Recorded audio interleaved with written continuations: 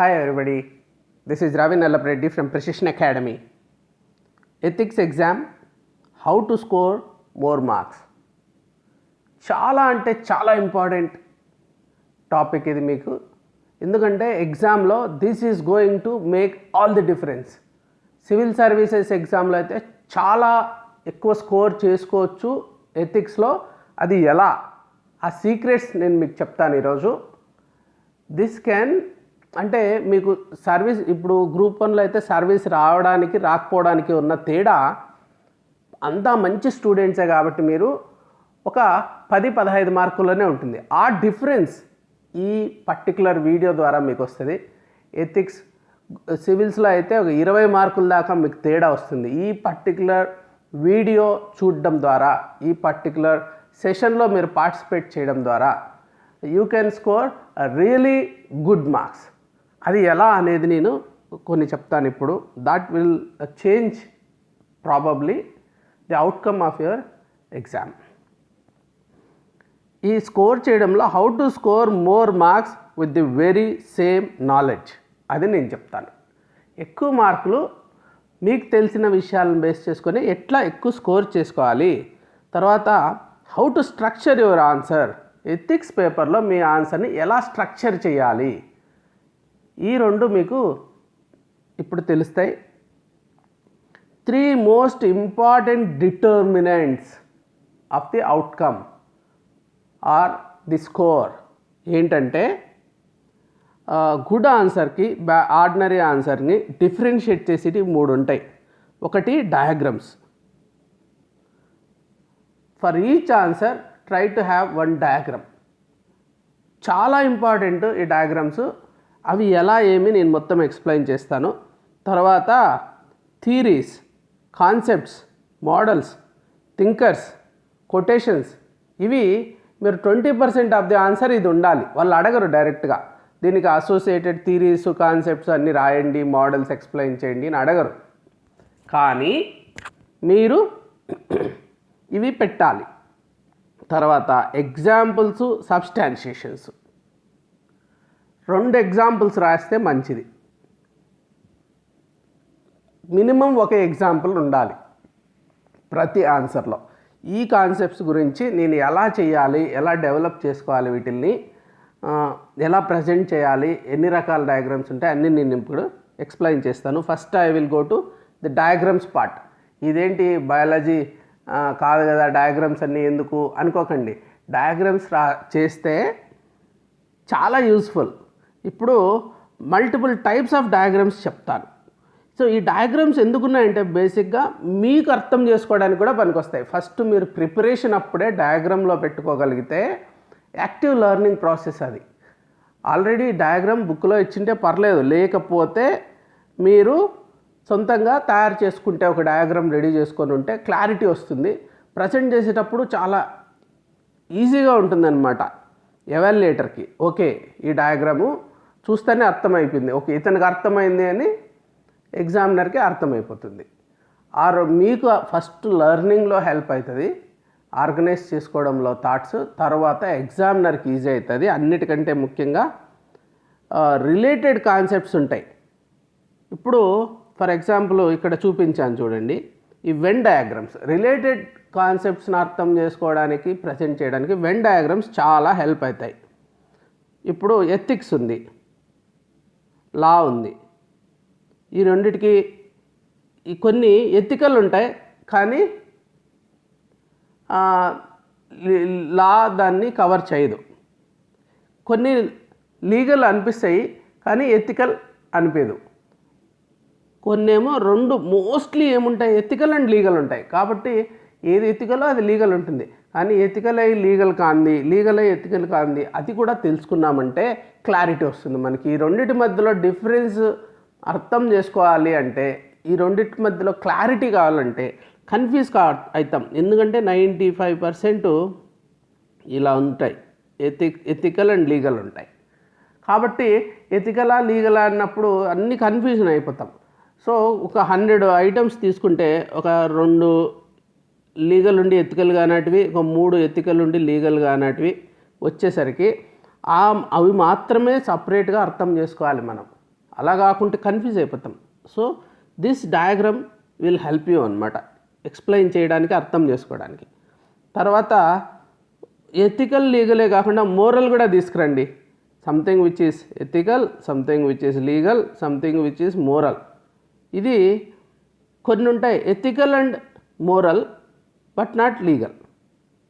ఇది ethical, moral, not legal. So కొన్ని ఉంటాయి ethical, moral and legal, that is intersection of EML అనుకోండి. So మనం ఎంతసేపు అయినా యూనియన్ వచ్చేస్తుంది, మొత్తం అన్నీ చూసేస్తాము, కన్ఫ్యూజ్ అయిపోతాం. ఏంటి ఎథికలు, లీగలు, మోరల్ అన్నీ ఒకటే కనిపిస్తాయి. కానీ సపరేట్గా ఈ సెగ్మెంట్లోది ఏంటి, ఈ సెగ్మెంట్లో ఒకటి, ఈ సెగ్మెంట్లో ఒకటి ఎగ్జాంపుల్ తెలుసుకోవాలంటే which is exclusively moral but not ethical, not legal, అట్లా తెలుసుకున్నామంటే అప్పుడు క్లారిటీ వస్తుంది మీకు. ఈ కాన్సెప్షువల్ క్లారిటీ రాకపోవడానికి ఎథిక్స్లో మెయిన్ కారణము అబ్స్ట్రాక్ట్గా ఉండి కన్ఫ్యూజింగ్గా ఉండడానికి కారణం ఇదే. ఇది తెలుసుకోవాలి మనం. ఇప్పుడు ఎథికల్, మోరల్, లీగల్ సపరేట్గా తెలిసేసుకుంటాం. కానీ there is something which is ethical but not moral or not legal. Is it possible? ఏంటది? Something which is legal which is not moral, not ethical ఉంటుందా? అవన్నీ తెలుసుకొని అన్నీ కలిపి ఉండేదేంటి? ఈ రెండు మాత్రమే ఎథికల్, లీగల్ మాత్రమే ఉండి మోరల్ కాంది ఏంటి? ఇవన్నీ కనుక తెలుసుకున్నామంటే చాలా అంటే చాలా క్లారిటీ వస్తుంది. అది ఎక్స్ప్లెయిన్ చేయడా, ఈ బొమ్మ గీసామంటే ఎక్స్ప్లెయిన్ చేసేయచ్చు, తర్వాత ఎగ్జాంపుల్స్ రాయొచ్చు మనం. కొన్ని ఉంటాయి. సో సబ్సెట్, ఒక సెట్ ఏ అనుకోండి, ఇక్కడ ఇంపార్షియాలిటీ, ఇదంతా ఇంపార్షియల్. కానీ బి వచ్చి non partisanship. So non partisanship అనేది అండ్ ఇంపార్షియాలిటీ రెండు ఒకటే కనిపించిన నాన్ పార్టిజాన్షిప్ అనేది పార్ట్ ఆఫ్ ఇంపార్షియాలిటీ అనమాట. ఇంపార్షియాలిటీ ఇంకొంచెం బ్రాడర్ కాన్సెప్ట్. అది ఎక్స్ప్లెయిన్ చేయాలనుకో ఇట్లా చూపించాలి. So then you have to show what is impartial but not partisanship. Non partisanship కానీ ఇంపార్షియాలిటీ ఏంటో మనం చూపించగలిగితే ఒక ఎగ్జాంపుల్, అప్పుడు క్లారిటీ వస్తుంది. అలాగా మనం ఈ క్లారిటీ కోసం అని చెప్పి ఒక్కొక్క ఏరియా, ఇప్పుడు ఈ only legal, only ethical, legal and ethical 3 examples మన దగ్గర ఉన్నాయంటే చాలు, బెస్ట్. కాన్సెప్షువల్ క్లారిటీ అదే పరిగెత్తుకుంటూ వస్తుంది మన దగ్గరికి. అది ఎక్స్ప్లెయిన్ చేసి ఒక బొమ్మ గీసి ఆ differentiate between ethical and legal అన్నాడు అనుకోడు, అప్పుడు టక్క రాసేయచ్చు. What is ethical and legal, what is ethical but not legal, what is legal but not ethical, 3 రాసేస్తే వచ్చేస్తుంది. డెఫినేషన్స్ రాసేసి ఫస్ట్ ఈ ఒక్కొక్క దాంట్లో ఒక్కొక్క ఎగ్జాంపుల్ రాసేస్తే ఈ బొమ్మ వేస్తే బాగా వచ్చేస్తుంది. అలా కాకుండా ఊరికే డెఫినేషన్ ఒక జనరల్ ఎగ్జాంపుల్స్ రాస్తారు. ఆ ఎగ్జాంపుల్స్లో మీరు రాసినప్పుడు ఈ 3 సపరేట్ ఎగ్జాంపుల్స్ రాస్తే కానీ ఆ క్లారిటీ మీకున్నట్టు వాళ్ళకి అర్థం కాదు, ప్లస్ మీరు ఎక్స్ప్లెయిన్ చేయలేరు. అక్కడ డిఫరెన్స్, 1 మార్కు ఒక్కొక్క క్వశ్చన్లో 1-2 మార్కులు తేడా వచ్చేస్తుంది దీనివల్ల. ఇంకా హైరార్కికల్ స్ట్రక్చరల్ డయాగ్రామ్స్ ఉన్నాయి. ఇవేమంటే కొన్ని కాన్సెప్ట్స్ ఉంటాయి. ఎలాంటివంటే ఇప్పుడు ఎథికల్ థియరీస్ ఉన్నాయి. ఇక్కడ మెయిన్గా నేను ఇది ఒక థియరీ, ఎక్కడన్నా బుక్స్లో ఉండే థియరీ తీసుకొచ్చాను, కానీ మీ ఓన్ వేలో మళ్ళీ అప్లై చేసుకోవాలి. These are like normative ethics. Normative ఎథిక్స్లో నేను ఎలా చూస్తానంటే హైరార్కీలో మొట్టమొదట వర్చ్యూ ఎథిక్స్ ఇట్లా వచ్చిందనుకో, వర్చ్యూ ఎథిక్స్, తర్వాత డియోంటలాజికల్, టెలియలాజికల్ 3. సో మళ్ళీ దాని కింద వస్తుంది అనమాట. ఇంకా టెలియలాజికల్కి వెళ్తాము, అక్కడికి వచ్చినప్పుడు చాలా వస్తాయి కదా, వాటిల్లో వెల్ఫేర్ ఎథిక్స్, తర్వాత యూటిలిటేరియన్ అనేది వస్తుంది. యూటిలిటేరియన్ కిందికి వెళ్ళేసరికి welfare ethics and then classical ethics అట్లా చేసుకోవచ్చు. ఇప్పుడు వీళ్ళు ఒక డయాగ్రామ్ ఇచ్చారు, ఏముంది, ethics of conduct, ethics of character. తర్వాత కాండక్ట్లో కాన్సిక్వెన్షియలిజం, డియోంటాలజీ, మళ్ళీ కాన్సిక్వెన్షియలిజంలో ఎథికల్ ఈగోయిజం, యూటిలిటేరియనిజం, మళ్ళీ ఇక్కడ డియోంటాలజీలో క్యాంటలిజం, క్యాంట్ చెప్పిండేది, తర్వాత ఇక్కడి నుంచి Aristotle. This is kind of ఈ పర్టికులర్ డయాగ్రామ్ నేర్చుకోమనట్లేదు నేను. ఈ రకంగా స్ట్రక్చర్ చేసుకున్నాం అనుకోండి, మీకు చాలా క్లారిటీ వచ్చేస్తుంది. ఈ థీరీస్ అన్నీ క్రంబుల్డ్ అయిపోయి ఏదేదో నేర్చేసుకొని ఆ పర్టికులర్ సీక్వెన్స్ గ్రూపింగ్ లేకుండా పోతుంది. అందుకోసం దీన్నంతా నేను ఒక సపరేట్ సెషన్ ఇది ఎథిక్స్ మీద, నార్మేటివ్ ఎథిక్స్ మీద ఒకటి, అట్లా డైమెన్షన్స్ ఆఫ్ ఎథిక్స్ అని 3 సెషన్స్ ఆర్గనైజ్ చేస్తున్నా. ఒక్కొక్క సెషన్లో నార్మేటివ్ ఎథిక్స్, ఒక సెషన్లో అప్లైడ్ ఎథిక్స్, ఒక సెషన్లో మిగిలినటువన్నీ, అలాగా 3 డైమెన్షన్స్లో వాటికి ఈ డయాగ్రామ్స్ వస్తాయి. డయాగ్రామ్స్ వస్తే మీకు clarity, especially diagrams give clarity. ఆ క్లారిటీ లేకపోతే అంతా కలిసిపోయి ఏదో గందరగోళంగా ఉంటుంది. ఎక్స్ట్రా క్లారిటీ వస్తుంది. మీరు యాక్టివ్గా డయాగ్రామ్ తయారు చేసుకోండి, లేకుంటే వేరే డయాగ్రామ్స్ ఉంటాయి బుక్స్లో, అది తీసుకొని దాన్ని మీరు ఇంప్రూవైజ్ చేసుకోండి, or understand and internalise it too. అలా చేస్తే ఇవి మీరు కనుక ఎగ్జామ్లో డైమెన్షన్స్ ఆఫ్ ఎథిక్స్ అన్నప్పుడు ఇట్లా పెట్టారంటే చాలా బాగా వచ్చేసి ఇతనికి ఇంకా చదవాల్సిన పని లేదని ఒక ఫీలింగ్ వస్తాడు. ఇది లేకపోతే ఇది రిమెంబర్ చేసుకోవడము కష్టము, ప్రజెంట్ చేసుకోవడము కష్టము, మార్క్స్ కూడా తక్కువ వస్తాయి. సో క్లారిటీ కూడా మీకు ఉండదు ఈ డయాగ్రామ్ లేకపోతే. హైరార్కికల్ అండ్ స్ట్రక్చరల్ డయాగ్రామ్ ఇది. ఇంకొకటి ఫ్లో చార్ట్స్. ఇది ఫ్లో చార్ట్స్ రాసేటప్పుడు ఫర్ ఎగ్జాంపుల్ నేను రెగ్యులర్గా చెప్తూనే ఉంటాను వేరే వేరే సెషన్స్లో కూడా, I keep reusing the same concepts. ఎందుకంటే రీఇటరేట్ అయినట్టు ఉంటుంది, బాగా గుర్తుండిపోతుంది. Plus I want you to understand concepts can be reused. అది మీరు మళ్ళీ ప్రతి దాంట్లో కొత్తగా నేర్చుకోవాల్సిన పని లేదు. ఫర్ ఎగ్జాంపుల్ భగవద్గీతలో ఒక యాంగర్ గురించి అది అమేజింగ్ శ్లోక ఒకటి ఉంది అన్నమాట. దాన్ని ఇక్కడ ఎక్స్ప్లెనేషన్, ఆర్ ఇప్పుడు శ్లోకాన్నే రాశారనుకోండి మీరు, ధ్యాయతో విషయాన్ పుంసః సంగస్తేషు ఉపజాయతే సంగాత్ సంజాయతే కామః కామాత్ క్రోధో విజాయతే క్రోధోద్భవతి సమ్మోహః సమ్మోహాత్ స్మృతి విభ్రమః స్మృతి భ్రంశాత్ బుద్ధినాశాత్ ప్రణశ్యతి. అదే అంత కష్టమైపోయింది, మీరు ఇది రాశారు. While contemplating on the objects of senses one develops attachment to them, attachment leads to desire, and from desire arises anger, anger leads to clouding of judgment, which results in bewilderment of memory. When the memory is bewildered, the intellect gets destroyed, and when the intellect is destroyed, one is ruined. అని ఇట్లా మనము ఒక ప్రోజ్లో రాసేయచ్చు. లేకపోతే ఇప్పుడు contemplation. First contemplate అంటే ఒక దాని గురించి ఆలోచించడం, ధ్యాయతో. సంగస్తేషు ఉపజాయతే అన్నాడు కదా, అటాచ్మెంట్ సంగాత్ సంజాయతే కామః అంటే డిజైర్, కామాత్ క్రోధోపజాయతే అంటే యాంగర్ వస్తుంది. తర్వాత క్రోధోద్భవతి సమ్మోహ ఇల్లస్ట్రేషన్ వచ్చింది, సమ్మోహ స్మృతి విభ్రమః బివైల్డర్మెంట్ వచ్చింది, స్మృతి భ్రంశో బుద్ధినాశాత్, ఇదే బుద్ధినాశాత్ ప్రణశ్యతి. చూడండి యాంగర్ అనేది నేను కలర్ కూడా పెట్టాను, రెడ్ కలర్ వచ్చేసింది అక్కడ. ఇక్కడ ప్రణశ్యతి అంటే వాడు ఫాల్ పెద్ద ఫాల్, లోయలో పడిపోయాడు, అగాధంలో పడిపోయాడు, డార్క్గా ఉన్నాడు. కోర్స్ మీరు కలర్స్ వాడడానికి లేదు, ఎగ్జామ్లో అండర్లైన్స్ చేయడానికి లేదు. కాకపోతే ఈ డయాగ్రామ్స్ వేయచ్చు. ఈ డయాగ్రామ్ వేయడం ద్వారా ఎక్సలెంట్ అండర్స్టాండింగ్ వస్తుంది.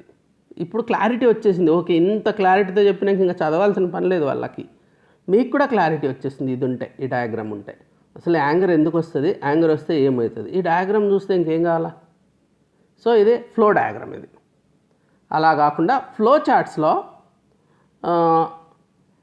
ఈ రెగ్యులర్ ఫ్లో కాకుండా ఇంకా డెసిషన్ ట్రీస్ వచ్చాయనుకోండి ఇట్లా. సో భోపాల్ ఇన్సిడెంట్ ఉంది, కేస్ స్టడీస్ ఉంటాయి. లేకుంటే ఒక ఇన్సిడెంట్స్ ఏదో ఒకటి చేయాలి, ఇక్కడికి వస్తాం, మళ్ళీ ఎస్ నో, ఇక్కడ పోతే ఎస్, ఇక్కడ పోతే నో. సో ఈ రకంగా ఇవి ఎక్స్ప్లెయిన్ చేయడం ద్వారా ఇంకొంచెం ఫర్దర్ క్లారిటీ వస్తుందన్నమాట. మీకు ఇంకా క్లారిటీ ఉందని ఎగ్జామ్లో అర్థమవుతుంది. మీరు అంతకంటే ముందు ఇంట్లోనే మీరు ఉన్నప్పుడు ఆ క్లారిటీని తెచ్చుకోవాలి డయాగ్రామ్స్ వేసుకొని ఎథిక్స్లో. సో ఫ్లో చార్ట్లో సింబల్స్ గుర్తుపెట్టుకోండి. అంటే ఇంతగా లేకపోయినా, అన్ని సింబల్స్ వాడకపోయినా, ఇప్పుడు మీరు చూసే ఉంటారు డేటా సింబల్ ఇలా ఉంటుంది.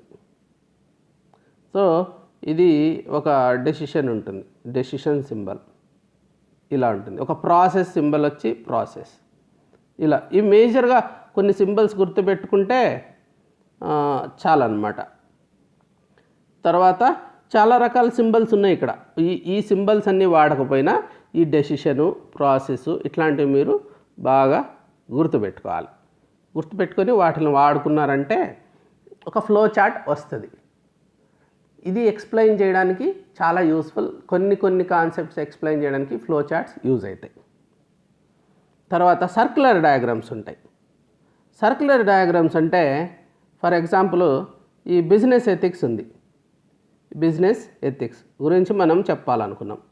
చాలా కాన్సెప్ట్స్కి ఈ డయాగ్రామ్ చాలా యూజ్ అవుతుంది. దాంట్లో ఎన్ని ఉన్నాయి?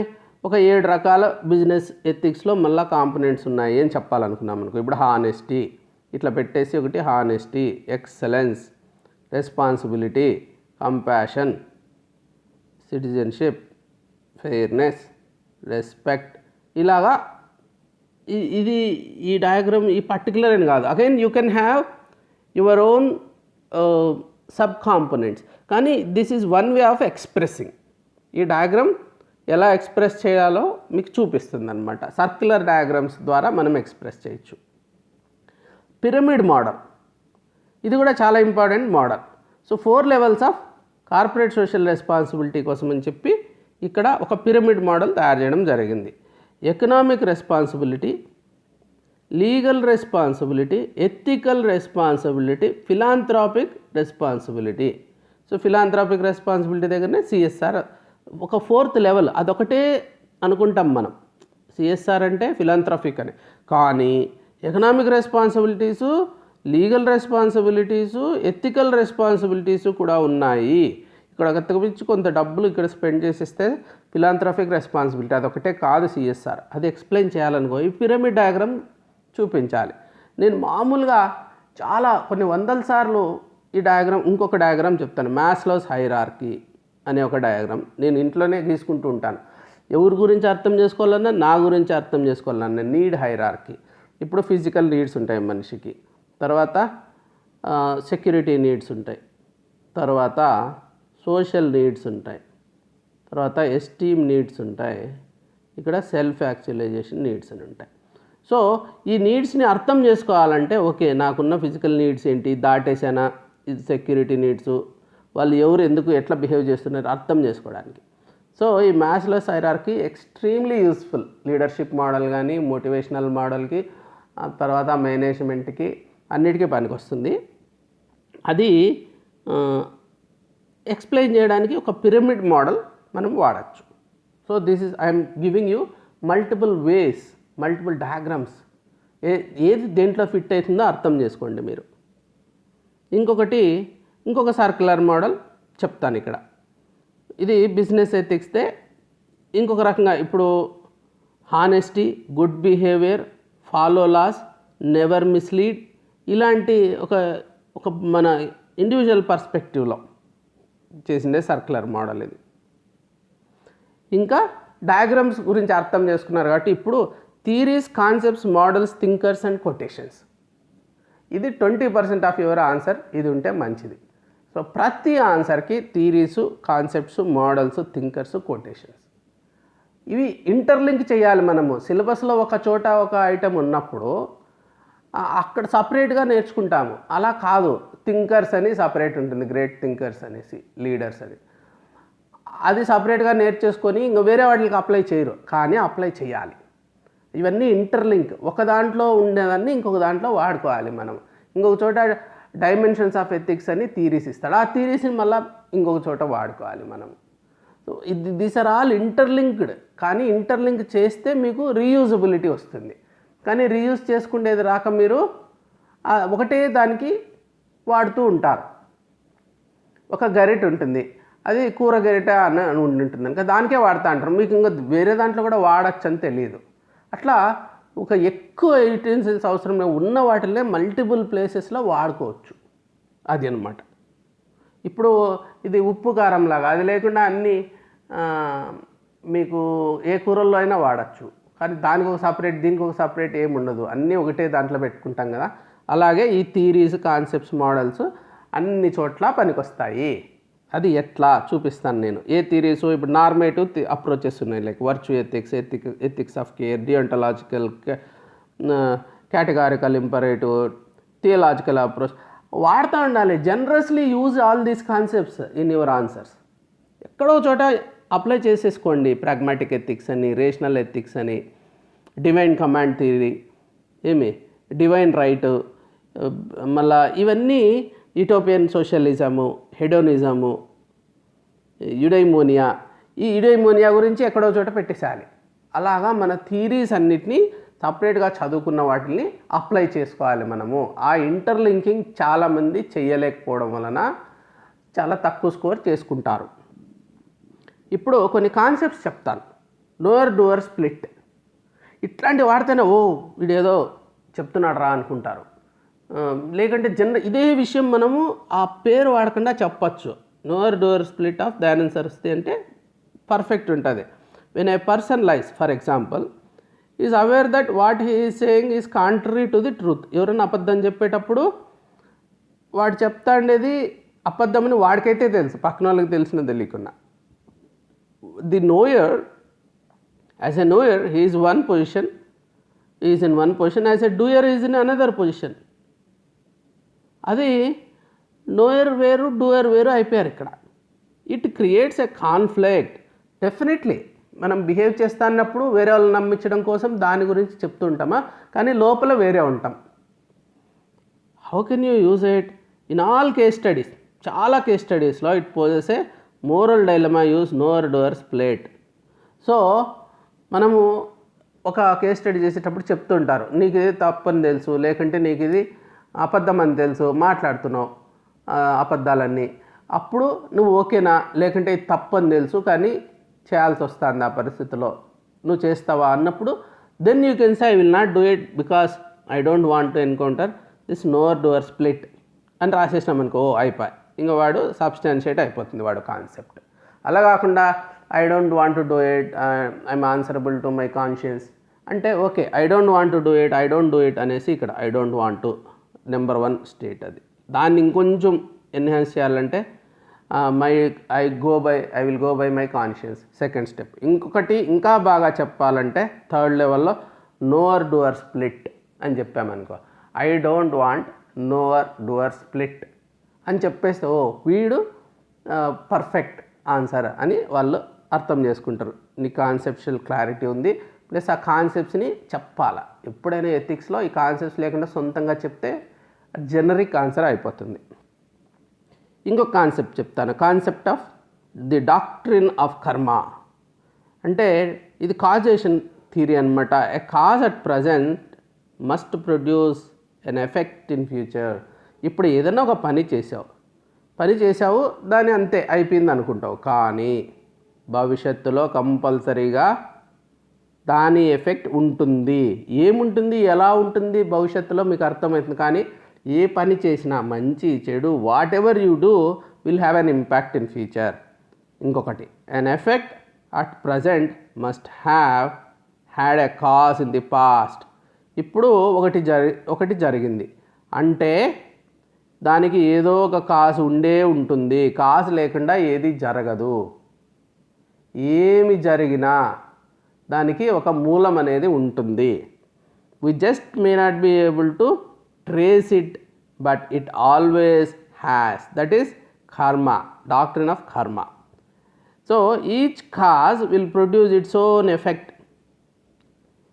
ప్రతి కాజ్కి అంటే ఒక యాక్షన్కి దాని ఇంపాక్ట్ కంపల్సరీగా ఉంటుంది. ఇప్పుడు like resorting to corruption and then doing some charity చేశాడు అనుకో, ఇది ఒక కాన్సెప్ట్ చూడండి. ఒకడు కరప్ట్ ప్రాక్టీసెస్ చేస్తాడు, కరప్షన్ చేసేసి చారిటీ చేస్తాడు, కరప్షన్ చారిటీ.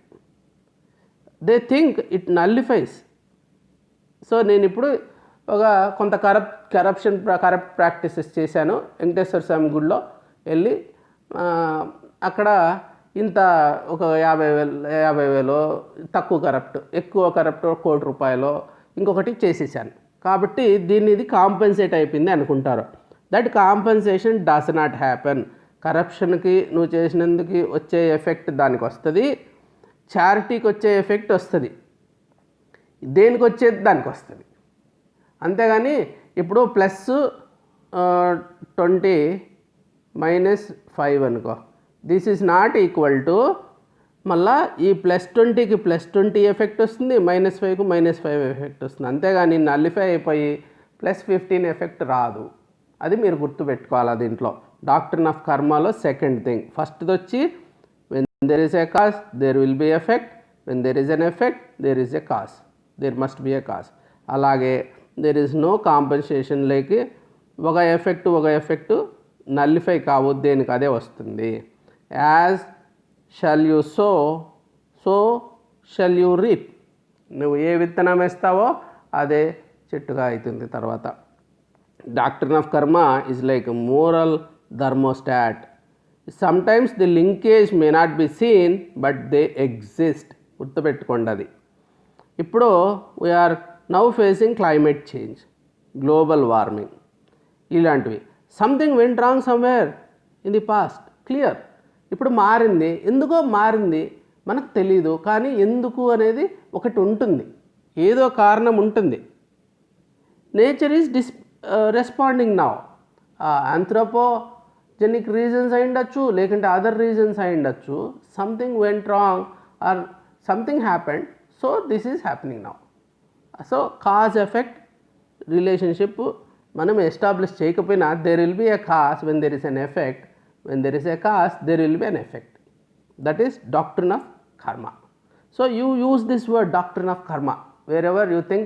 Environment example చెప్పాను కదా, ఇలాంటివి చెప్పినప్పుడు యాజ్ పర్ డాక్ట్రిన్ ఆఫ్ కర్మ అని ఎక్స్ప్లెయిన్ చేయొచ్చు మనం. ఇంకోటి నిష్కామ కర్మ. This is the crux of Bhagavad Gita.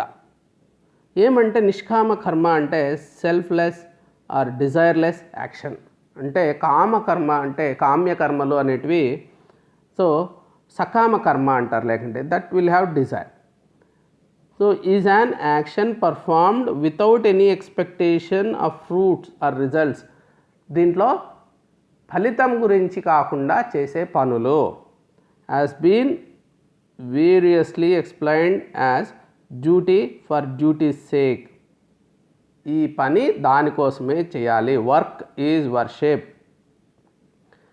ఇది స్టూడెంట్స్ ఉన్నారు మీరు, మీకు కూడా చాలా ఉపయోగం. మీరు ఎగ్జామ్లో పాస్ కావాలని కాకుండా బాగా రాయాలి, ఆన్సర్ బాగా అర్థం చేసుకోవాలి. సో నేను ఇప్పుడు ఏవైతే కాన్సెప్ట్స్ చెప్తున్నానో వాటిలన్నింటినీ మీరు చాలా క్లియర్గా అర్థం చేసుకుంటే ఆటోమేటిక్గా వస్తుంది. కానీ రావాలి మంచి స్కోర్ అని కాకుండా మనము ప్రిపేర్ కావాలన్నమాట. దట్ ఈస్ నిష్కామ కర్మ. సో సకామ కర్మ ఎక్సెసివ్ వర్క్ ప్రెషర్స్ వచ్చేస్తాయి సకామ కర్మ వలన. తర్వాత ఫిజికల్ అండ్ సైకలాజికల్ బర్న్అవుట్స్ ఉంటాయి. నిష్కామ కర్మ అనుకో గ్రేట్ జాబ్ సాటిస్ఫాక్షన్ ఉంటుంది, హయ్యర్ ప్రొడక్టివిటీస్ ఉంటాయి. సో ఈ నిష్కామ కర్మ అనేది పబ్లిక్ ఆర్ ప్రైవేట్ లైఫ్లో మనకి చాలా మంచి రిజల్ట్స్ వస్తాయి. ప్రతి టాపిక్లోకి వెళ్ళి దీన్ని ఎక్కడ అప్లై చేయొచ్చో మీరు చూసుకోండి ఒకసారి. So mindfulness in the present. నిష్కామ కర్మ అంటే you are in the present. ఇప్పుడు ఈ సెషన్లో మీరున్నారు, వింటూ ఉన్నప్పుడు మీరు దీంట్లో మాత్రమే ఉంటే మైండ్ఫుల్నెస్ అంటారు. ఇది వింటూ వేరేది ఆలోచిస్తా అంటే మైండ్ఫుల్నెస్ లేనట్టు. సో ప్రజెంట్ మూమెంట్లో ఉండడం అది పాసిబుల్ అవుతుంది నిష్కామ కర్మ వలన. Live in the present possible అవుతుంది. So this is one important concept which can be used in explaining an answer. So doctrine of double effect ఇది కూడా చాలా important concept. It can be traced back to Thomas Aquinas. అతను ఏమంటే killing one's assailant is justified provided one does not intend to kill him. అతను ఒకరిని చంపేశాడు కానీ చంపాలని ఉద్దేశం అతనికి లేదు అంటే ఓకే ఫైన్, అది ఇట్స్ నాట్ ఏ క్రైమ్ అన్నట్టు అనమాట. Here morality is based on the initial intent. ఇక్కడ చాలా ఇంపార్టెంట్ ఇనిషియల్ ఇంటెంట్. ఈ ఇనిషియల్ ఇంటెంట్కి డాక్ట్రిన్ ఆఫ్ డబుల్ ఎఫెక్ట్ అని ఈ కాన్సెప్ట్ని మనం వాడుకోవచ్చు. It forbids us to produce good by means of bad. అంటే ఒక తప్పు మీన్స్తో ఒక మంచి రిజల్ట్ వచ్చిందనుకో, దాన్నే మీరు యాక్సెప్ట్ చేయదు. కానీ it does not forbid us to produce good by means that also produces bad. ఇప్పుడు ఒక ఫ్యాక్టరీ ఉంటుంది, ఒక షుగర్ ఫ్యాక్టరీ, దాంతోపాటు కొన్ని పొల్యూటెంట్సో ఏవో వచ్చాయనుకోండి. సో ఇక్కడ షుగర్ కోసం కదా వీళ్ళు చేస్తున్నారు, ఇది వేరేది వస్తుంది, సంథింగ్ సమ్ అఫ్లియంట్స్ వాట్ ఎవర్, అంత మాత్రాన దీన్ని తప్పు అనడానికి లేదు. ప్రతి దాంట్లో ఈ సైడ్ ఎఫెక్ట్స్ అంటాం, మెడిసిన్స్ ఉంటాయి, సైడ్ ఎఫెక్ట్స్ వస్తాయి, కానీ మెయిన్ ఎఫెక్ట్ కోసం వేసుకుంటాం కదా. అలాగే ఈ వర్క్ కూడా it produces good also produces bad.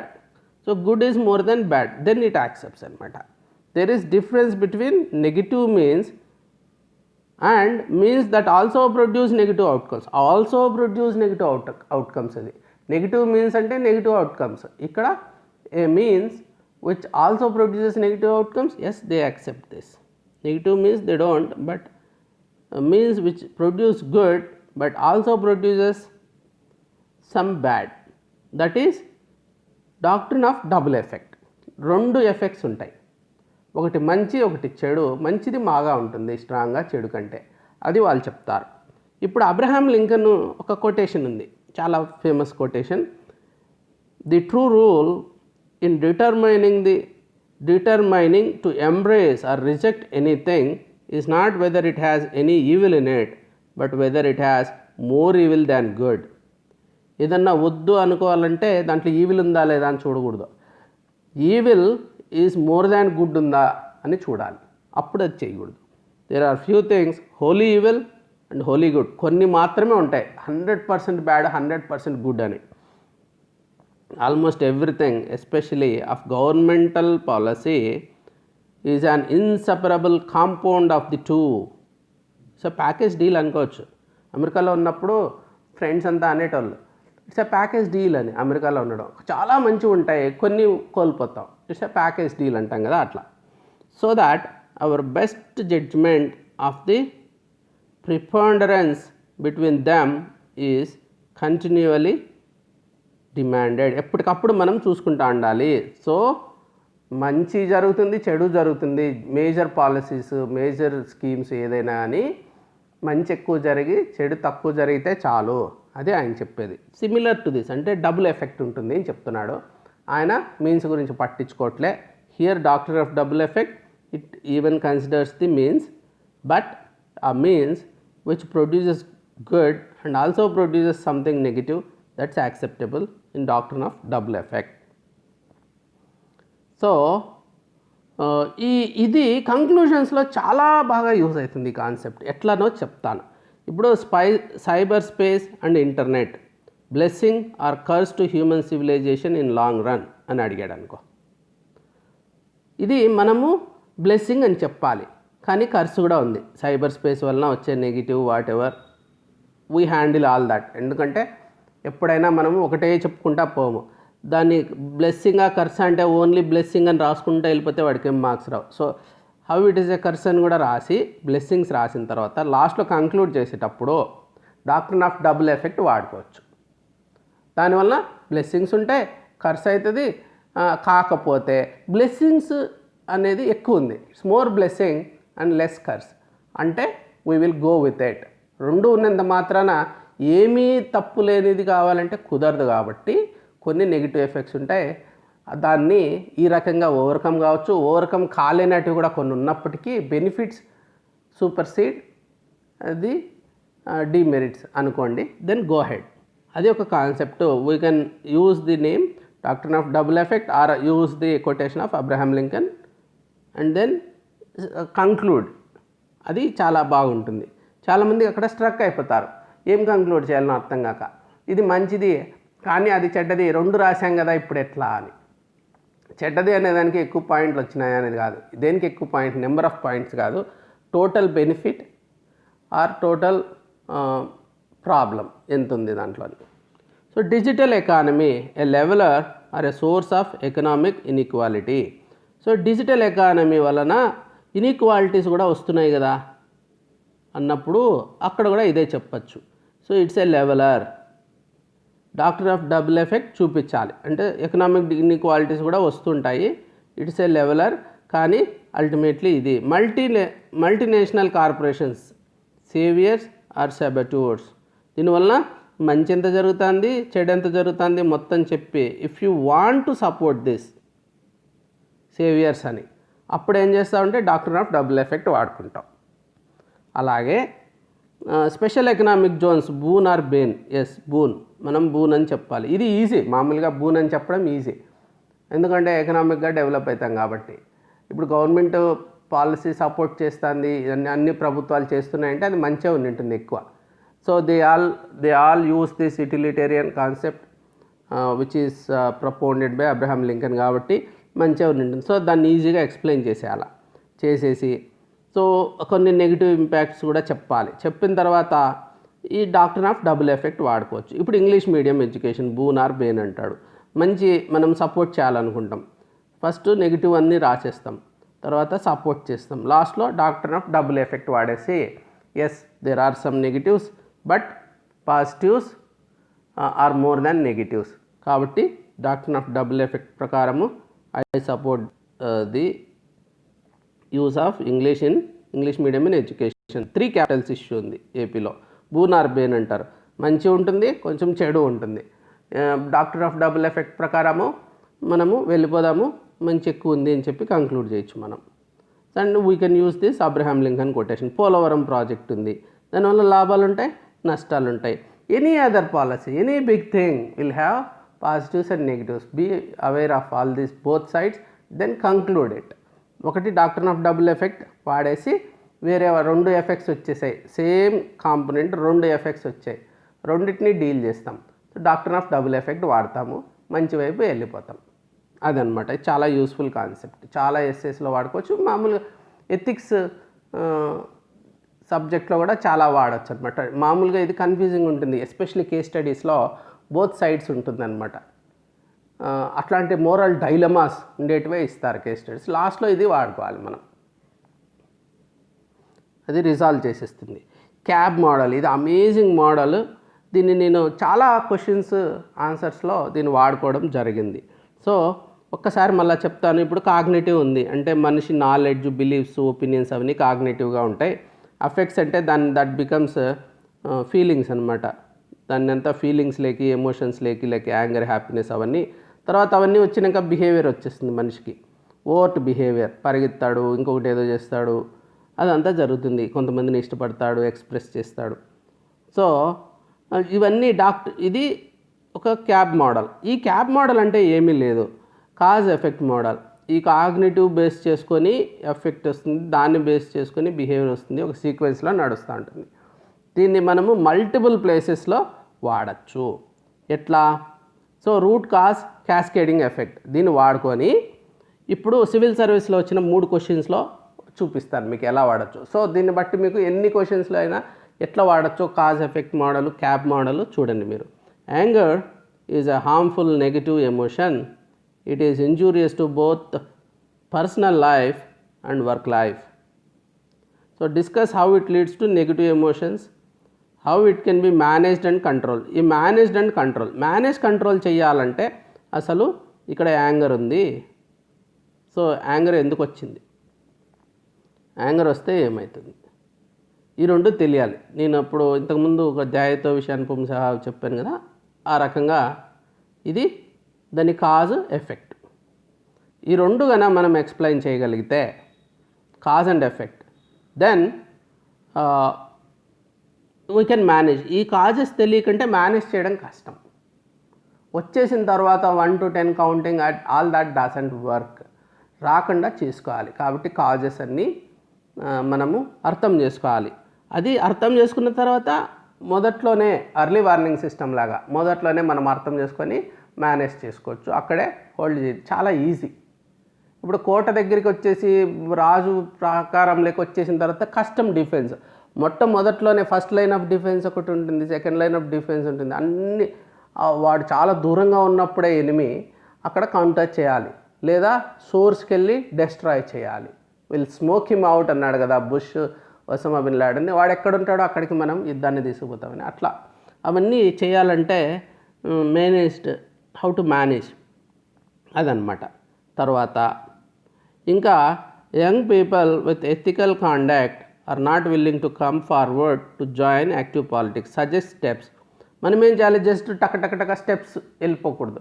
అసలు పాలిటిక్స్లోకి రావట్లేదు, కారణాలు కనుక్కోవాలి. ద కాగ్నిటివ్ రీజన్స్ ఉంటాయి, అఫెక్టివ్ రీజన్స్ ఉంటాయి. వాటిలన్నిటినీ రావడానికి భయము, లేకుంటే అంతా లంచాలు తీసుకుంటా అంటారు మనకి ఎక్కడ, లేకుంటే డబ్బులు ఎక్కువ ఉన్న వాళ్ళు ఉన్నారు, కొన్ని 25 కోట్లు పెడితే కానీ ఎమ్మెల్యే సీట్ రాదు, ఇట్లాంటివన్నీ మైండ్లో ఉంటాయి. కాబట్టి వాళ్ళు రారు.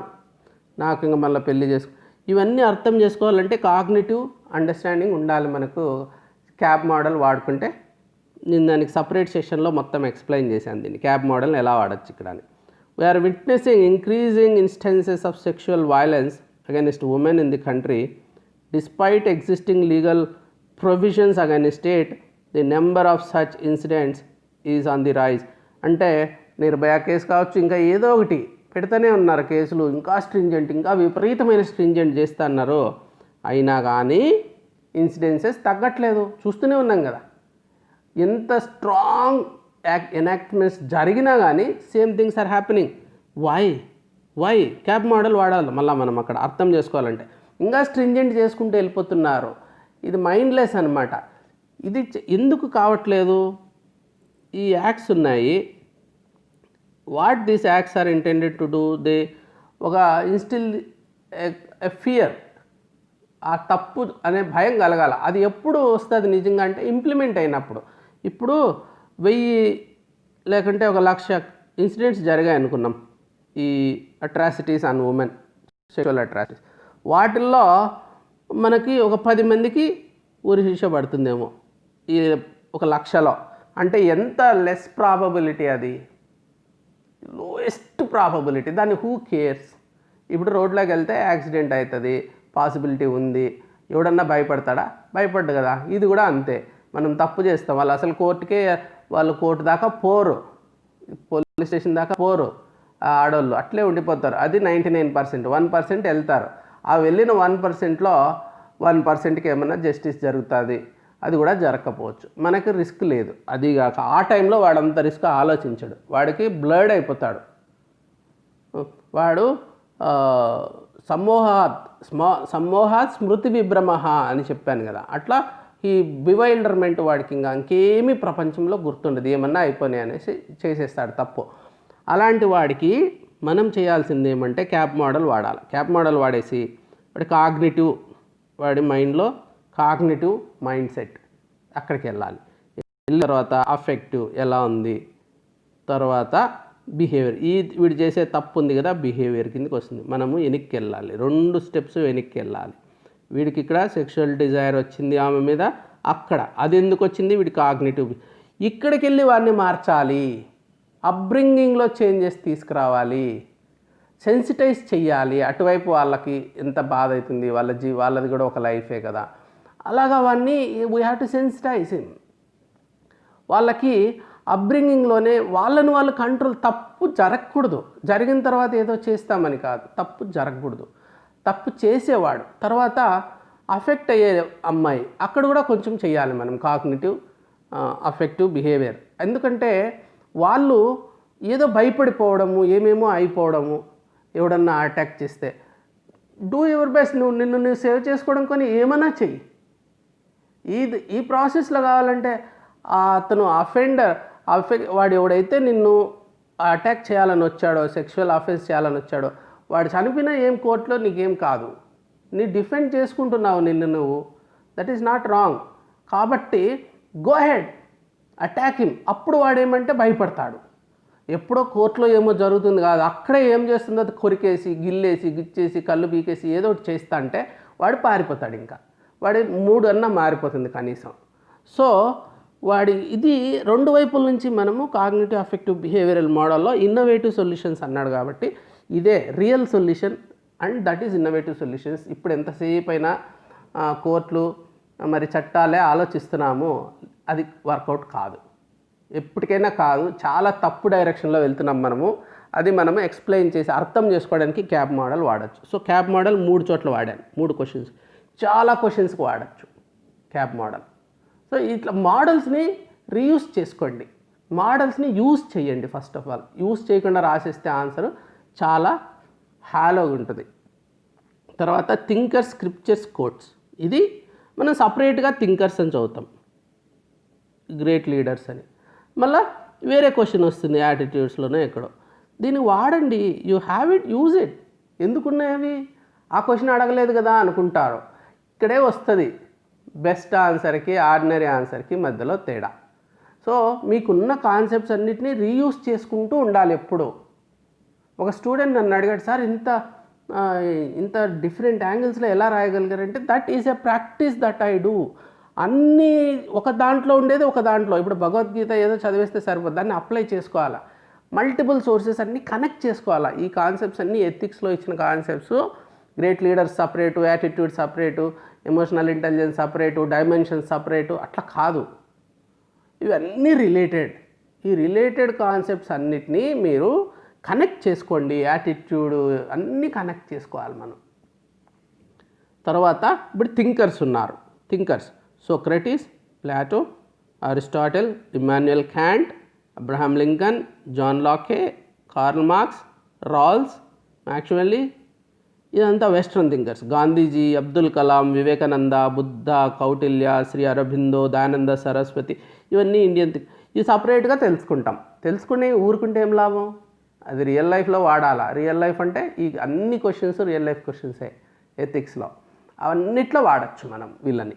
ప్రతి దాంట్లో మనం థింకర్స్, స్క్రిప్చర్స్ ఏమంటున్నాయి, థింకర్స్ ఏమంటున్నారు. ఇప్పుడు గాంధీ ప్రతి రెగ్యులర్ డే ప్రాబ్లంకి భగవద్గీతకి వెళ్ళిపోయేటోడు, ఎక్కడ డౌట్లు వచ్చినా భగవద్గీతకి వెళ్ళిపోయేటోడు. సో ఇప్పుడు మనం ఏమిటి, భగవద్గీత ఒకటే కాదు, ఈ థింకర్స్ ఏం చెప్పారు దాని గురించి, లేకంటే ఇప్పుడు స్క్రిప్చర్స్కి వెళ్ళి చూసుకోవచ్చు. మహాభారతం, రామాయణం, భగవద్గీత, వేదాస్, ఉపనిషత్స్, ఖురాన్, బైబిల్, ఎక్కడైనా దీని గురించి ఏమైనా గైడెన్స్ దొరుకుతుందా, తీసుకొచ్చి అది చెప్పామనుకో, ఎస్ ఫైన్. అలా సబ్స్టాన్షియేట్ చేసేసరికి ఆన్సర్ ఎలివేట్ అయిపోతుంది. అలా మన సొంత ఒపీనియన్ లాగా రాయడం కాదు, యూ హ్యావ్ టు ఎస్టాబ్లిష్. ఇప్పుడు కోర్టుకు వెళ్తే ఫ్యాక్ట్స్ చూపించాలి కదా, అట్లే ఇక్కడ కూడా సబ్స్టాన్షియేషన్, సపోర్టు. ఈ థింకర్స్, స్క్రిప్చర్స్, కొటేషన్స్, తర్వాత కొటేషన్స్ ఉంటాయి. నేను మీరేం చేయాలా, ప్రతి సిలబస్ ఐటెంకి కొటేషన్ ఐడెంటిఫై చేసుకోవాలా, థింకర్స్, స్క్రిప్చర్స్ని ఐడెంటిఫై చేసుకోవాలా, రెడీగా ఉండాలి మనం ఈ టాపిక్లో ఇది వాడుకోవాలని. నేను సపరేట్గా ఆల్మోస్ట్ 20 సెషన్స్ కొటేషన్స్కే, ఒక 10-15 సెషన్స్, ఒక్కొక్క కొటేషన్కి ఒక్కొక్క సెషన్. తర్వాత ఇంకా కూడా నేను ఇప్పుడు భగవద్గీత, రామాయణ వీటిని బేస్ చేసుకొని, ఇప్పుడు Rama is most ethical leader of all times, అట్లాంటిది ఎక్స్ప్లెయిన్ చేయరు. ఇప్పుడు హనుమాన్ ఉన్నాడు, so best employee of all times, work culture అనే టాపిక్ వస్తుంది, హనుమాన్ ఎగ్జాంపుల్ తీసుకోవచ్చు మనం. అలాగా అండ్ ట్రూత్, లేకుంటే చాలా విషయాలకి రాముడు ఎథికల్ లీడర్షిప్ మోడల్స్ ఎక్స్ప్లెయిన్ చేయొచ్చు మనం. గాంధీజీ రామరాజ్య కాన్సెప్ట్ ఉంది, సో రామ ఎట్లా అంత గ్రేట్ అనేది మనం ఎక్స్ప్లెయిన్ చేయొచ్చు అనమాట. సో ఇవన్నీ కూడా మనము సపరేట్ సెషన్స్లో నేను హ్యాండిల్ చేయబోతున్నాను. సో చేశాను కూడా ఆల్రెడీ చాలా. ఇవన్నీ మీరు యూస్ చేసుకుంటే ఒక దాంట్లో నుంచి ఒక దాంట్లోకి మనం రీయూస్ చేసుకోవాలి. అప్పుడే మీ పాయింట్కి ఇంకా ఎదురు ఉండదు. ఎందుకంటే అంత స్ట్రాంగ్ పాయింట్ మనం పెట్టేసిన తర్వాత ఫైనల్గా పర్ఫెక్ట్గా సెట్ అయిపోతుంది ఆన్సర్. ఇంకా ఎగ్జాంపుల్స్, ఇవన్నీ థీరీసు, అవన్నీ థింకర్సు, కాన్సెప్ట్స్ అన్నీ కూడా చాలా మంచిది, కానీ ఎగ్జాంపుల్స్ కూడా చాలా అవసరం. ఎగ్జాంపుల్స్, ఇప్పుడు యాంగర్ అంది, ఒక క్వశ్చన్ అడిగాడు, anger is a harmful negative emotion, discuss how it leads to negative emotions and undesirable behaviours. ఇది ఇంకొక వేరే నెగిటివ్ ఎమోషన్స్కి, అన్డిజైరబుల్ బిహేవియర్స్కి ఎట్లా వస్తుందో డిస్కస్ చేయండి అన్నాడు. మనము ఇప్పుడు దాన్ని కావాల్సి తీసుకొని ప్రొఫెషనల్ లెవెల్లో యాంగర్ అని బాస్ వచ్చిందనుకో, వాడు ఏం చేస్తాడు, వర్క్ స్పాయిల్ చేస్తాడు, శాబటైజ్ చేసేస్తాడు, ఈ ఆర్గనైజేషన్ కూడా దెబ్బతినేస్తుంది ఆ ప్రాసెస్లో. ఇట్ రెడ్యూసెస్ మోటివేషన్, ఆ పర్టికులర్ ఇండివిజువల్లో మోటివేషన్ పోతుంది, ఎనర్జీ ఉండదు, ఇంకా ప్రొడక్టివిటీ తగ్గిపోతుంది. లేకుంటే ఇప్పుడు కమ్యూనిటీ లెవెల్కి వెళ్ళిపోయినాం అనుకో, ఇంకా సపరేటిస్ట్ మూమెంట్స్ వెళ్ళిపోతాయి. ఇప్పుడు మాకు సపరేట్ స్టేట్ కావాలా అనేసి వచ్చేస్తుంది. తర్వాత లైక్ సపరేట్ ఆంధ్రప్రదేశ్ వచ్చింది, తర్వాత ఇప్పుడు సపరేట్ తెలంగాణ వచ్చింది, తర్వాత రేపు పొద్దున్న సపరేట్ రాయలసీమ రావచ్చు. సో సపరేటిస్ట్ ఎందుకు కోపం వస్తుందన్నమాట ప్రజలకి, మాకు అన్యాయం జరుగుతుంది అన్నప్పుడు కోపం వస్తుంది. తర్వాత నాక్సిజం ఇటువంతా కూడా యాంగర్ బేస్డ్ ఉంటాయి. తర్వాత టెర్రరిజం వాళ్ళకు కూడా యాంగర్ చాలా ఉంటుంది కాశ్మీర్లో అట్లా. ఈ ఎగ్జాంపుల్స్ వాడుకోవాలి. లైక్ టెర్రరిజం ఇన్ కాశ్మీర్ అనుకో, దేర్ ఈజ్ అన్ యాంగర్. అక్కడ కాశ్మీరీస్ ఎంతసేపు అయినా మనము పాకిస్తాన్ నుంచి వస్తున్నారు అనుకుంటాము, ఆ కాంపోనెంట్ తీసేయండి. కాశ్మీరీస్కి కూడా యాంగర్ ఉంది కదా, దాన్ని ఎక్స్ప్లెయిన్ చేయాలి ఇట్లా. ఇంకా నేషనల్ లెవెల్కి వెళ్ళేసరికి it can lead to wars. ఇప్పుడు ఇండియా పాకిస్తాన్ ఉంది, కోపం ఉంది మనకి, లేకుంటే వాళ్ళకి మన మీద, వాళ్ళని స్ప్లిట్ చేసినామని మన మీద, మనకేమంటే కాశ్మీర్లో వాళ్ళు గెలుపుతున్నారని. సో ఇది ఒక ఎగ్జాంపుల్ లాగా మనం వాడుకోవచ్చు. ఇప్పుడు ఇండియా చైనా మీద చాలా కోపం వచ్చేసింది ఇండియాలో అందరికీ. సో అలాగా this anger at different levels with examples చెప్పామనుకో క్లారిటీ వస్తుందన్నమాట, మనకు బాగా తెలుసు.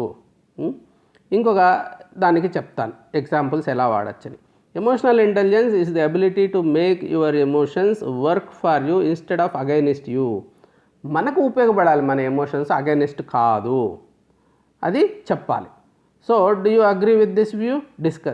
డిస్కస్ అన్నప్పుడు సొంత ఒపీనియన్ అవునవును భలే మేలు ఇది కరెక్టు అట్లంతా రాయకుండా సబ్స్టాన్షియేట్ చేసుకోవాలి. అకార్డింగ్ టు WHO డిప్రెషన్, ఇప్పుడు డిప్రెషన్ గురించి మాట్లాడుతున్నా, ఈజ్ అన్ ఎమోషన్ కదా, negative emotion. Is a common illness worldwide with more than 264 million people affected. అంతమంది 26 crores అఫెక్టెడ్ డిప్రెషన్తో. It's a leading cause of disability worldwide. It leads to disability. Major contributed to the overall global burden of disease. ఇది WHO చెప్పింది, అలా చెప్పాలి మనం. నా అభిప్రాయం అనేసి WHO పేరు తీసేసి ఇలా రాసేదానికి యాజ్ పర్ WHO అనడానికి ఎంత తేడా ఉంది. స్టాటిస్టిక్స్, తర్వాత నెగిటివ్ ఎమోషన్స్, తర్వాత ఇది ఇప్పుడు రఘుపతి వెంకటరత్నం నాయుడు ఆయనకి కోపం వచ్చింది దేవదాసి వ్యవస్థ మీద. తర్వాత అంబేద్కర్కి ఈ డౌన్ ట్రాడన్ వాళ్ళ మీద జరుగుతున్న ఈ అన్టచబిలిటీస్ వీటి మీద చాలా కోపం వచ్చింది. So this is an anger. And then anger they channelised అని మనం కొన్ని negative emotions can be channelised that energy in positive manner అని చెప్పదలుచుకున్నాం. మనకు ఒకవేళ మనకు అగైనెస్ట్ వెళ్ళిపోతాయి, యాంగర్ వచ్చేసింది రాకుండా చూసుకోవాలా. యాంగర్ వచ్చినప్పుడు మనకు వ్యతిరేకంగా లేకుంటే సమాజానికి అన్యాయం జరిగేలాగా కాకుండా సమాజానికి హితవు చేసేలాగా యాంగర్ని డైవర్ట్ చేసుకున్నారు. అంబేద్కర్ కావచ్చు, వెంకటరత్న నాయుడు కావచ్చు, they use that anger to change the system rather than demolish it. So ఆ నెగిటివ్ దాని మీద యాంగర్ అనమాట, ఇది ధర్మాగ్రహం అనొచ్చు దీన్ని. సో నెగిటివ్ యాంగర్ని, anger is negative per se, that energy can be used against it a negative system. So నెగిటివ్కి నెగిటివ్ చేసుకోవడం ద్వారా పాజిటివ్ అవుతుంది, ఎఫెక్ట్ పాజిటివ్ అవుతుంది. వాళ్ళు ఆ బాధ, ఆ కోపం ఉన్న వాళ్ళు అఫెక్ట్ అవుతారు, కానీ ఒక మంచి జరుగుతుంది. అది ఒక గ్రేట్ కాజ్ కోసం చేస్తున్నాం కాబట్టి మళ్ళీ ఆ కోపం వలన మనకు జరిగే నష్టం కూడా తగ్గిపోతుంది, మనకు మంచి జరుగుతుంది కదా, మనం కూడా హ్యాపీగా ఉంటాం, ఒక మంచి పని చేయగలుగుతున్నాము అనేసి, చేంజ్ చేయగలుగుతున్నాము. దాని మీద కోప్పడే బదులు that anger becomes a commitment to A cause. So final tips కొన్ని చెప్తాను, బాగా గుర్తుపెట్టుకొని వీటిని. ఇది ఇంప్లిమెంట్ చేయండి, మీ స్కోర్ చాలా బాగుంటుంది. చాలా మ్యాథమెటిక్స్లో వచ్చినట్లు స్కోర్ వచ్చేస్తుంది ఇంట్లో మీకు. చాలా స్కోరింగ్ సబ్జెక్ట్ ఇది, ప్రాపర్గా హ్యాండిల్ చేస్తే. మీరు ఇప్పుడు ఏం చేస్తారంటే సిలబస్ తీసుకోండి. సివిల్స్ అయితే సివిల్స్ వాళ్ళు, గ్రూప్ 1 అయితే గ్రూప్ 1 సిలబస్ తీసుకోండి. ఒక్కొక్క ఐటమ్కి ఒక diagram. Each syllabus item should have a diagram. So ఈ decode ethics by Mudit Jain ఒక బుక్ ఉంది, దాంట్లో చాలా డయాగ్రామ్స్ ఇచ్చినారు. చాలా క్వశ్చన్స్కి డయాగ్రామాటిక్గా ఎక్స్ప్లెయిన్ చేయడానికి ట్రై చేశారు ఆయన ఐఆర్ఎస్ ఆఫీసర్. బాగానే ఉన్నాయి దాంట్లో డయాగ్రామ్స్. మీరేమంటే యాజ్ ఇట్ ఈజ్ ఒప్పుకోనక్కర్లేదు, ఆ కాన్సెప్ట్స్ యాజ్ ఇట్ ఈజ్ మనమే ఒప్పుకోనక్క. చాలా కాన్సెప్ట్స్లో I differ and then I draw my own diagram. First మీరు అది స్టార్టింగ్ పాయింట్ కింద తీసుకొని మీరు డయాగ్రామ్స్ గీసుకోండి. ఐడియాస్ కోసం ఆ బుక్ చూడొచ్చు, ఇంకా కూడా వేరే బుక్స్లో కూడా ఉండిండొచ్చు. నేను ఇక్కడ కొన్ని డయాగ్రామ్స్ చూశాను కాబట్టి చెప్తున్నా. మీరు ప్రతి సిలబస్ ఐటెంకి ఒక డయాగ్రామ్ కావాలి మీకు. మళ్ళీ థీరీస్, లైక్ ఇప్పుడు code of conduct, code of ethics అని వస్తుంది, డయాగ్రామ్ కావాలి. అలాగే ఎథిక్స్ వర్సెస్ లీగాలిటీ ఒక డయాగ్రామ్ కావాలి. అలా అన్నీ మనము డయాగ్రామ్స్లోకి ఒక డైమెన్షన్స్ ఆఫ్ ఎథిక్స్ అన్ని డయాగ్రామ్స్ రెడీ చేసి ప్రతి సిలబస్ ఐటెంకి ఒక డయాగ్రామ్ పెట్టుకోండి. దాంట్లో థీరీసు, కాన్సెప్ట్స్, మోడల్స్, థింకర్స్, కోడ్స్ ప్రతి సిలబస్ ఐటెంకి ఎవరు related. You have to interlink. Exam హాల్లో కూర్చొని లింక్ చేయాలా, డయాగ్రామ్స్ క్రియేట్ చేయాలంటే రాదు, ముందే ప్రిపేర్ చేయాలా, మీ నోట్స్లో ఇది ఉండాలి. So all my students I'm telling, మీరు ఇలా చేసి నాకు షేర్ చేస్తూ ఉండండి. మీకు అర్థమైనట్టుగా నాకు అర్థమవుతుంది. అప్పుడు మీరు నాకు ఫోటో తీసి పంపించాలి. తర్వాత interlink your learning from one syllabus item to the other. Reuse models, concepts, thinkers. Reusability చాలా చాలా చాలా ఇంపార్టెంట్. దేనికి అదే ఐలాండ్స్ ఆఫ్ లెర్నింగ్ వద్దు, అన్నీ ఇంటిగ్రేటెడ్ లెర్నింగ్ కావాలి, సిస్టమ్స్ అప్రోచ్ కావాలి. కనెక్ట్ చేయండి, ఒక సిలబస్ ఐటమ్ కనెక్ట్ చేయండి. And then share with me and I can explain ఎక్కడెక్కడ కనెక్ట్ చేయలేకపోతున్నాం సార్, ఇక్కడ ఇష్యూ ఉంది, యూ టాక్ టు మీ, అదంతా నాకు పంపిస్తూ ఉండండి. So use my services. మీరు నా స్టూడెంట్స్ అందరూ కూడా ఎవరు వింటున్నారో వాళ్ళు నాతో ఇంటరాక్ట్ అయ్యి షేర్ చేసుకుంటే మీ నోట్స్ నేను చూసి నేను ఎక్స్ప్లెయిన్ చేయగలను. తర్వాత ఎగ్జాంపుల్స్, సబ్స్టాన్షియేషన్స్. ఇప్పుడు ఇది బుక్స్లో కూడా ఉంటుంది. ప్రతి క్వశ్చన్కి మీరు బుక్స్ చూడండి, సబ్స్టాన్షియేట్ చేయడానికి ఏమైనా ఇచ్చింటారు. లేకపోతే కరెంట్ అఫైర్స్ మీకు తెలుసు కదా, చాలా జరుగుతున్నాయి. సో ఇప్పుడు క్యాస్ట్ సిస్టమ్ గురించి కావాలి, రెగ్యులర్గా చూస్తున్నాం ఫ్యామిలీలోనే ఒక్కొక్కరికి ఒక్కొక్క రకమైన క్యాస్ట్ బ్యాక్గ్రౌండ్స్ అంటే ఒపీనియన్స్ ఉంటున్నాయి. ఫాదర్ ఏమో ఒక రకంగా చూస్తాడు, డాటర్ ఏమో ఇంటర్ క్యాస్ట్ మ్యారేజ్ చేస్తూ వాళ్ళిద్దరి మధ్యలో మళ్ళీ కాన్ఫ్లిక్ట్స్ వస్తుంటాయి. సో ఇలాంటి కరెంట్ అఫైర్స్ ఇన్సిడెంట్స్ తీసుకొని ఎగ్జాంపుల్ లాగా చెప్పుకోవచ్చు. స్క్రిప్చర్స్కి వెళ్ళిపోయి మీరు ఎగ్జాంపుల్స్ తీసుకురావచ్చు సబ్స్టాన్షియేషన్స్ కోసం. ఇవన్నీ మీరు చేయాలి. Before hand you do it. So ఇప్పుడు ఫర్ ఎగ్జాంపుల్ నేను ఒక సిలబస్ ఐటమ్ తీసుకుంటున్నా. ఇప్పుడు యాటిట్యూడ్స్, దీంట్లో ఫంక్షన్స్కి ఒక diagram, theories, examples. Influence and relation with thought and behaviour, దానికి థాట్కి, ఫంక్షన్స్కి, బిహేవియర్కి రిలేషన్షిప్. అది ఒక థాట్ ఉంటుంది, ఒక బిహేవియర్ లాగా, ఎమోషన్ లాగా వచ్చిన తర్వాత బిహేవియర్ లాగా. సో థాట్ అంటే కాగ్నిటివ్ అన్నట్టు, ఇది అఫెక్టివ్, ఇది బిహేవియర్. ఈ రకంగా మనం దాటిని మొత్తం ఒక పర్స్పెక్టివ్లో పెట్టుకొని మోడల్స్ వాడుకోవాలన్నమాట. మోరల్స్ అండ్ పొలిటికల్ యాటిట్యూడ్స్, ఈ యాటిట్యూడ్స్ మీద. తర్వాత దానికి ఉన్న cognitive background, foundation, role of social influence, తర్వాత persuasion, emotional intelligence, concepts and their utilities and application of administration, governance. ఇవన్నీ ఒక్కొక్క టాపిక్ తీసుకోండి. ఈ డయాగ్రామ్స్, థీరీస్, ఎగ్జాంపుల్స్ ఉంటేనే మీ ప్రిపరేషన్ కంప్లీట్ అయినట్టు. ప్రతి సిలబస్లో ఈ 3 కాంపోనెంట్స్ 1, 2, 3 ఉండాలి. 3 ఉండేట్టుగా మీరు ప్రిపేర్ అయినారు అంటే ప్రతి సిలబస్ ఐటమ్ కంప్లీట్గా ప్రిపేర్ అయినట్టు.